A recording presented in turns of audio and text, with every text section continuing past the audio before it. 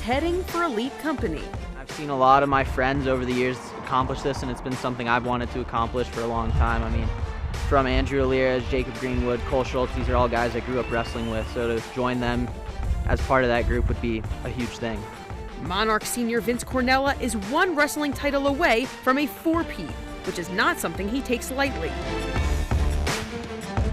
I think you have to love the sport. The mental side never has been an issue for me because I enjoy wrestling so much. So going into a tournament, I'm just excited to compete. Going into practice, I'm excited to get better. And I think that takes care of the mental aspect.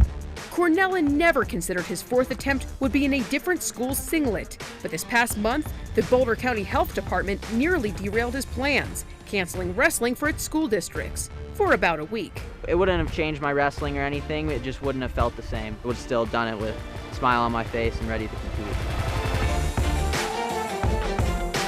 I know it's a big deal to him, but it's a big deal for our whole wrestling community.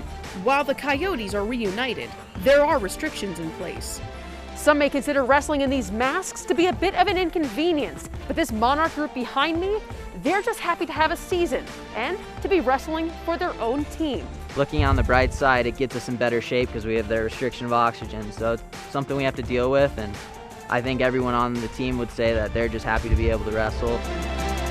I think you'll find in wrestling community, I mean, we're so used to being challenged that we're just going to accept whatever it is and say, okay, how are we going to make this work the best that we can?